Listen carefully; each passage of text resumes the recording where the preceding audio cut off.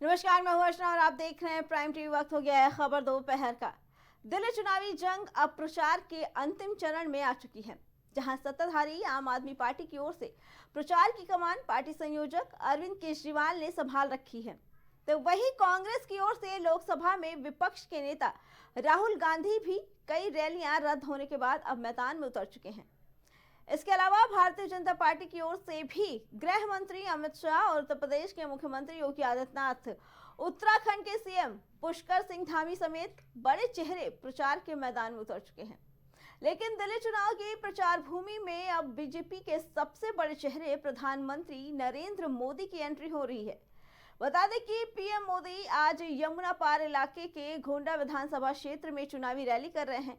बता दें कि दिल्ली चुनाव में पीएम मोदी की 3 रैलियों का कार्यक्रम बीजेपी ने बनाया है, जिसमें से पहली रैली आज यमुना के खादर में हो रही है। पीएम मोदी ने अपनी रैली के संबोधन के दौरान महाकुंभ में हुए हादसे पर संवेदना व्यक्त की। इसके अलावा उन्होंने दिल्ली में आम आदमी पार्टी की सरकार पर जमकर हमला बोला, जबकि 2 अन्य रैलियां 31 जनवरी और 2 फरवरी को होनी है। आपको बता दें कि पीएम मोदी की दूसरी रैली द्वारका में होगी, जबकि तीसरी रैली का कार्यक्रम अभी सामने नहीं आ पाया है। फिलहाल आने वाले समय में देखने वाली बात होगी कि दिल्ली में मोदी मैजिक देखने को मिलेगा या फिर आम आदमी पार्टी एक बार फिर चुनावी रण में बाजी मारते नजर आएगी।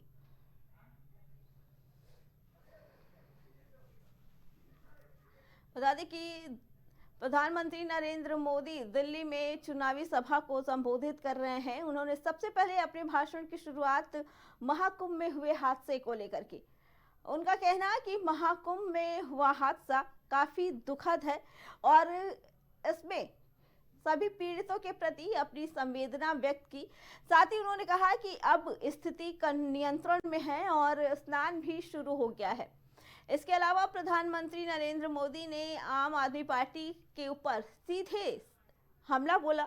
उन्होंने कहा कि इतने सालों में भी उन्होंने खुद माना है कि वो कई काम नहीं कर पाए हैं। जनता को उन्होंने धोखा दिया है, यमुना को साफ नहीं कराया, सड़कों का काम नहीं कराया और घरों में पानी की भी सुविधा नहीं दी।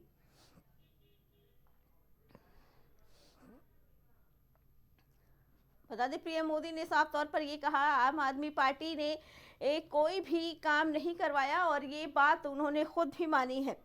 इसी के लिए उनका कहना है कि इस बार वहां की जनता को ये देखना होगा कि उन्हें इस बार विकास के लिए चुनना है अपनी सरकार या फिर से वही धोखा देने वाली सरकार। मैं महाकुंभ में जो दुखद हादसा हुआ है, उस हादसे में हमें कुछ पुण्यात्माओं को खोना पड़ा है, कई लोगों को चोटें भी आई हैं।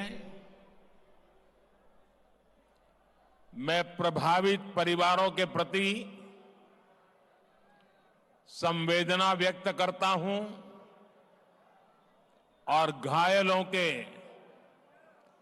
जल्द स्वस्थ होने की कामना करता हूं। दिल्ली की जनता को सार्वजनिक रूप से वादा किया है,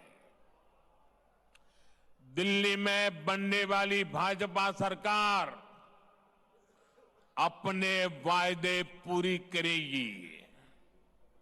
मैं फिर दोहराता हूं, 8 तारीख के बाद जब दिल्ली में भाजपा की सरकार बनेगी, जो भी वादे आपको किए गए हैं, वो सारे के सारे वादे समय सीमा में पूरे किए जाएंगे।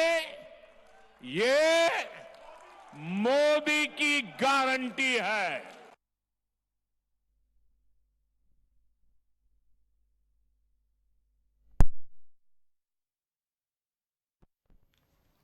इसी पे आगे जानकारी देने के लिए हमारे साथ हमारे संवाददाता रेहान जुड़ चुके हैं। रेहान, आज दिल्ली की चुनावी में प्रधानमंत्री की एंट्री हो गई है और प्रधानमंत्री ने आज दिल्ली की जनता को संबोधित करते हुए आम आदमी पार्टी पर हमला बोला है। क्या लगता है कि बीजेपी के जो दिग्गज जो चेहरे उतरे हैं मैदान में, इसका कितना असर देखने को मिल सकता है? अगर मैं बात करूं दिल्ली चुनाव की, तो प्रधानमंत्री नरेंद्र मोदी एक भारतीय जनता पार्टी के प्रधानमंत्री भी हैं, देश के प्रधानमंत्री हैं और साथ ही एक बड़े नेता भी हैं। तो कहीं ना कहीं जो जनता है उन्हें पसंद करती है और आज उन्होंने दिल्ली में जनसभा के दौरान उन्होंने जो जनता है उनको संबोधित किया और संबोधित करते हुए आम आदमी पार्टी के ऊपर उन्होंने निशाना साधा और उन्होंने साफ तौर पर कहा कि आम आदमी पार्टी ने कोई भी विकास का काम नहीं किया, सिर्फ जनता का शोषण किया है। और अगर भारतीय जनता पार्टी की सरकार दिल्ली में बनती है तो जो वादे भारतीय जनता पार्टी ने किए वो निभाएंगी और केजरीवाल सरकार के ऊपर जमकर निशाना साधा है। रेहान, 3 रैलियां है प्रधानमंत्री के नाम पे कि 3 रैलियां करेंगे, 3 जगहों पर दिल्ली की जनता को संबोधित करें। क्या लगता है कि प्रधानमंत्री का असर कितना देखने को मिल सकता है दिल्ली की जनता पर? जी, मैंने इससे पहले भी बताया कि जो दिल्ली की जनता है या देश की जनता की बात करें तो नरेंद्र मोदी का जो चेहरा है उसको जनता पसंद करती है और दिल्ली में उनकी 3 रैलियां हैं। आज वो एक रोड शो कर चुके हैं, अभी 2 और लगे हुए हैं।